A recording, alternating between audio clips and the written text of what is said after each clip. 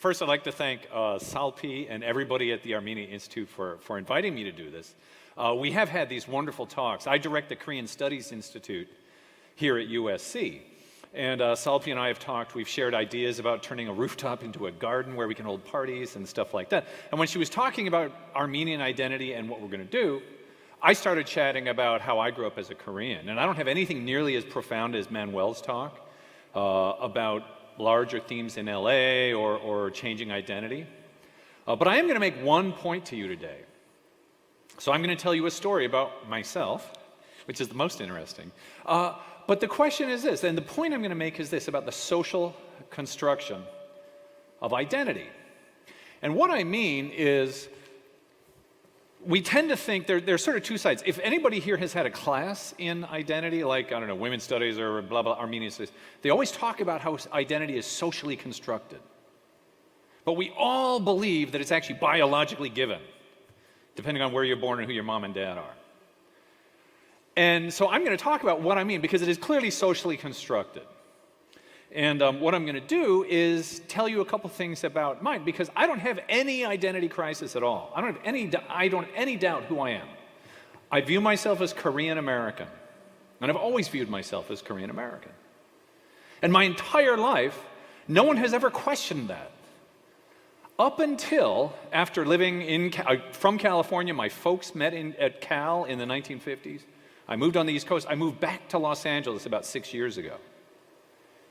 And for the first time in my life, I heard people saying, well, since you're mixed race, blah, blah, blah. And the first time somebody said that to me, oh, me? And I've had that happen a dozen times when people say, oh, since you're mixed race, as if we're all one crowd, and here we all know what it means to be hapa, that's another word, or mixed identity and things like that. And I realized I needed to start explaining why, even though my mother might be called white, her maiden name was Hildegard Ivy Smith. There's no more waspy name than that, right? I don't view myself as mixed race. And I think this is interesting because it shows how identity is socially constructed. It depends. It is not biologically given. Well, your mom's white, therefore you're mixed race. And I'll tell you exactly what I mean. If the category doesn't exist in the world, you don't have that identity. The category of mixed race is new, and even now it is not really that widely used. So if you're growing up in a time like Manuel Pastor was talking about, in which most of California, where I grew up in the Bay Area, was white, ethnic, everything, you didn't have a mixed race category. So I'm going to talk to you about it. There's two ways. There's internal, there's family, and then there's larger situational, right? And I'm going to do a couple things. And the first one is, there are 5 reasons in my 10 minutes. I'm going to give you 5 reasons, 3 internal and 2 external, about why I view myself as Korean American. And at the end, I'll conclude just in general. I think it's interesting. We can all think about, how do we form who we think we are? How do we form, like the first speaker, about like sort of our partial identity, partial Armenian? How do we do it? So the 3 internal are this, right? The first one, the internal identity, there's me and my sister, Kyopta, right? My father came from Korea in 1955 to study at Berkeley. He got a PhD in physics. He met my mom there, and we got married. And there's 3 things. So first of all, here's my name. This is my given name. If you go to my birth certificate, that's my name. And I never use my middle name, Chanung, right? I just do C, because I don't care. But that is my given name. And my entire life growing up, I wished I had a normal middle name like Bob or Sam. Because imagine being in 1970s California, and this is your middle name, and people do, ah, ha, ha, right? You know, and that's my name in Korean, right? Actually, it's Chinese characters, but that's my name in Korean. Now, what does this mean? We are a patrilineal society. I didn't make the rules. But you go through your father. And so if you don't see a picture of me, if you just see what my name is, and 99% of the people in the world, when they read what I write, when they sign up for my classes, they see that, and what do they expect? They expect someone who's Korean American. In fact, I've had students come up to me and say, wow, your English is really good. I was really worried, that you weren't going to be able to speak English very well. Because this is what they see. And if you see me, I don't quite look like Sam, Sam the Surfer or something like that. So I didn't make the rules. But we are a patrilineal society, and I am defined by my father's identity. And in fact, I don't know if I have these things here. If you can read Korean, I am the 39th generation. I don't know if it says it here. Yes. We can trace that. If you read the Chinese, that's founder number 1, 720 AD. I'm the 39th generation. And point number 2, I'm the eldest son of the eldest son of I'm a 9th generation eldest son. The founder goes back to 720, and we know he existed. My link to Korea is 1,300 years. It's an extraordinary sense of belonging. And if you go down a second generation, third generation, fourth generation, eventually you get here to the bottom, which is our family right there, which is, again, I'm not saying you can read Chinese, but the point is everybody's got a book. My son is the 40th generation. He's a 10th generation eldest son of this family. Of course I feel Korean American. Of course I have deep roots to Korea. How can you not? My grandfather still says, 40th generation, and pats his grandson on the head, right? So again, I didn't make these rules, but why do I think I'm Korean? Here's why. Right? Number 2, my mom is an orphan. She was born in Oakland, and her mother died, and her father was a doctor, died of a heart attack at age 5. Mother died of one of those diseases they can fix now. She was raised by her grandmother. So yeah, she's Hildegard Ivy Smith, but I did not grow up with any white side of the family. This is my family that I grew up with.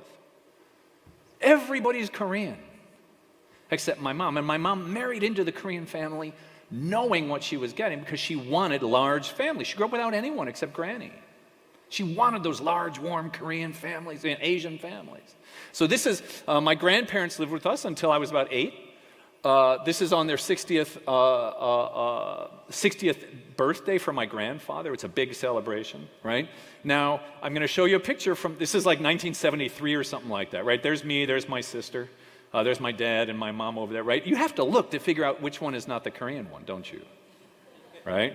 Now, so what we did is in our garage, we had a big 60th party. We invited all the friends. We have all this Korean food, as you can see, the bounty of Korean food. And this is what all of our American friends, oops, wait, there we are again, we're lined up.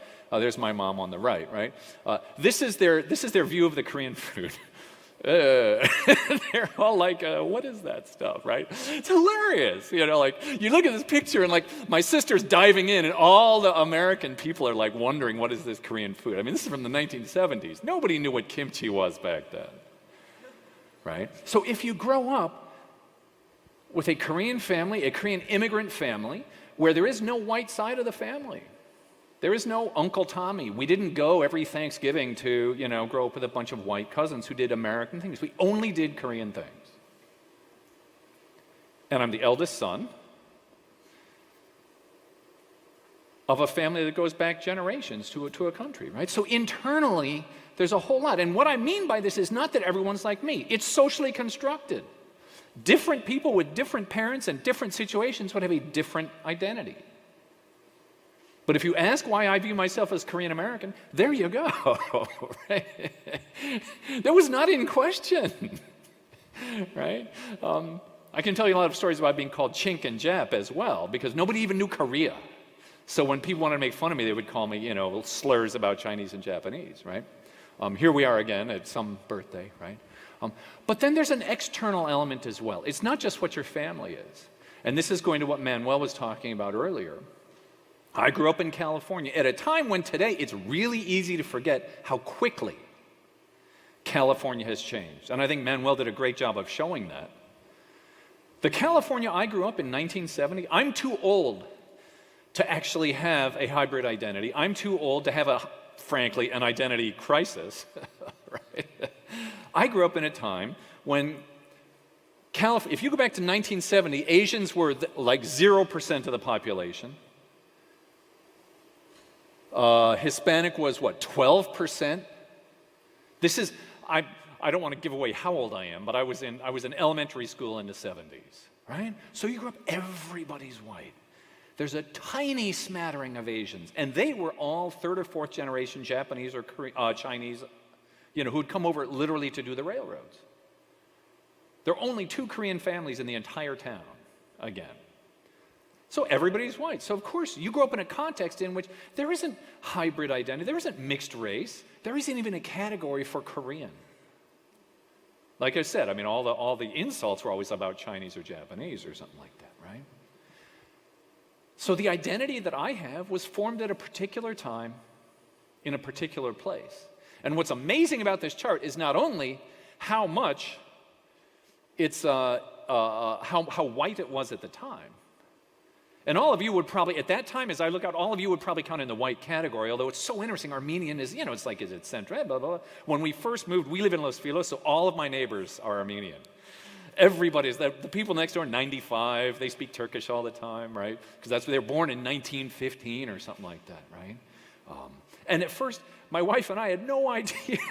We had to look up who Armenians were. We're like, oh, the food is great, but who are these people? We had no idea. And I'm not exaggerating. We thought it was great, but we learned a lot, right? Because we had no idea, right? And the second thing is this: the category is still not mixed race. There still is not really a mixed race category. Obama is not the first mixed race president. No, he's not. He's always viewed, essentially, as the first black president. Tiger Woods. He's not the first Hapa mixed race Asian golfer. Nobody thinks of him that way, right? The categories have to exist for you to then define yourself within those categories. Or you can create your own category. I mean, it's partly by how you define yourselves or whatever. But if today we are still not talking about mixed race, it's very hard for someone like me who grew up in the 60s and 70s, wearing Korean clothes, eating Korean food, celebrating with a whole mess of Korean family, to think of myself as Korean American. And that's what's so interesting about the social construction of identity. I mean, I think, my story is interesting only because Korean, we always talk about it, and I can always play I'm the 39th generation of this particular Korean clan.